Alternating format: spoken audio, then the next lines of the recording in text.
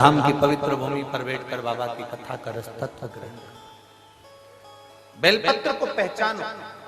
किसी के कहने पर यह नहीं कि उसने कह दिया कि 1.25 लाख बेलपत्र चढ़ाओ तो हम 1.25 लाख चढ़ा रहे हैं। किसी ने कह दिया 1.25 लाख बेलपत्र लाने से पहले मेरा एक निवेदन है। जो 1.25 लाख बेलपत्र चढ़ाने का संकल्प लेते हैं उनसे निवेदन है, क्या आपने 1.25 लाख वृक्ष लगाए बेलपत्र के, तब तो आप चढ़ाने के हकदार हो गए। मालूम पड़े बेलपत्र तोड़ कर लिया और समर्पित कर दिया तो उसका सुख नहीं है। 1.25 लाख आज तारा बाबा की कुटिया में इतने सारे पेड़ लगाए गए, पौधे लगाए गए, वृक्षारोपण किया गया, कोई आया उसको तोड़ दे, उसको उखाड़ कर ले जाए, अच्छा लगेगा क्या अपने को? नहीं। तुमने लगाया कितना, तुमने दिया कितना, तुमने करा कितना? बाबा की कुटिया में आकर तुमने कभी एक वृक्ष लगाया? बाबा की कुटिया में आकर तुमने कभी बेल वृक्ष लगाया? बाबा की कुटिया में आकर तुमने कभी बेल का वृक्ष का आनंद पाया?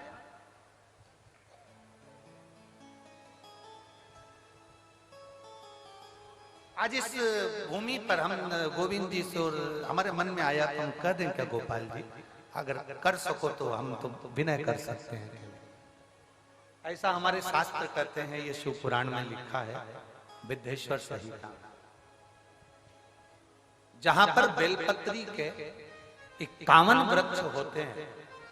उन वृक्ष की जैसे कहते हैं ब्रज में वाटिका होती है, अशोक वाटिका होती है, वो वाटिका हमारे यहाँ इसको बेल वाटिका कहते हैं। उस 51 वृक्ष की वाटिका में कोई बैठकर अगर एक बार भी अपने दिल की बात भगवान शंकर से कह देता है ना, तो उसको भोलेनाथ को 51 वृक्ष के संकल्प को पूरा करने के लिए 3 दिन के अंदर उसे पूरा करना ही पड़ता है। हमारा इतना सा निवेदन है गोविंद जी से और गोपाल जी से कि तारा बाबा की कुटिया में एक बेल वृक्ष की वाटिका होना चाहिए। ये हमारा केवल एक निवेदन है और तारा बाबा ही ये निवेदन आप लोगों को आज्ञा दे रहे हो तो हम तो ये कहेंगे कि आपके पास में जगह है तो कहीं 51 वृक्ष बेलपत्री के ऐसे लगाए जाएं, जिसके नीचे एक भाव के साथ बैठकर लोग अपनी माला का स्मरण करें, एक बार बाबा से विनती करें और बाबा उसको स्वीकार करे। ऐसे हमारा हम तो निवेदन कर सकते हैं। ये बाबा कृपा का गोविंद जी, इसको बाबा की आज्ञा मानकर करिएगा, तारा बाबा की, इसको गोपाल जी।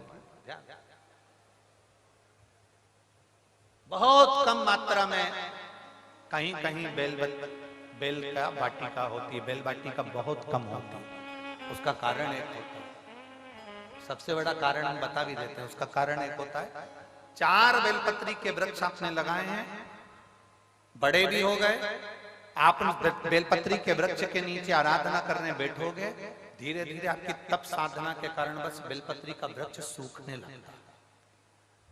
अनुभव करना, आप अगर शिव पुराण की कथा सुन रहे हो तो आपने अनुभव करा होगा, आपके मोहल्ले में, आपके नगर में, आपके क्षेत्र में बेलपत्री के जो वृक्ष होंगे, आप अगर उसकी आराधना करना चालू करोगे, पूजन करना चालू करोगे, उसकी आराधना करना चालू करोगे, तो धीरे धीरे वो बेलपत्री का वृक्ष आपके ताप को हरता है, आपके पाप को हरता है। उसके कारण बस बेलपत्री का वृक्ष धीरे धीरे सूख जाता है।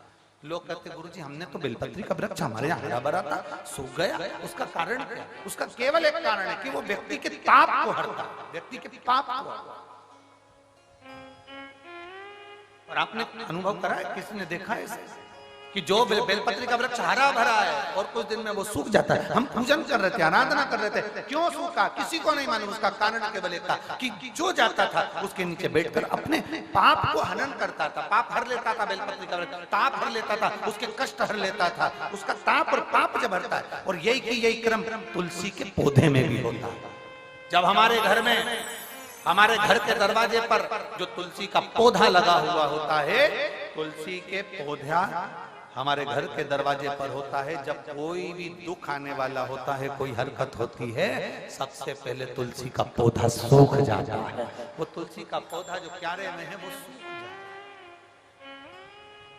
है। कई घर ऐसे हैं जहां तुलसी का पौधा बार बार लगाया जाता है, बार बार सूख जाता है, फिर लगाओ फिर सूख जाता है। कार्तिक महीने में लगाने का प्रयास करते हैं, फिर सूख जाता है, ना जाने का ऐसे सूख जाता है। लोग पूछते हैं गुरुजी तुलसी का पौधा सूख गया, तुलसी का पौधा सूख गया। उसका कारण केवल तुलसी ताप हरती है, तुलसी पाप हरती है। बेलपत्र ताप हरता है, बेलपत्र पाप हरता है।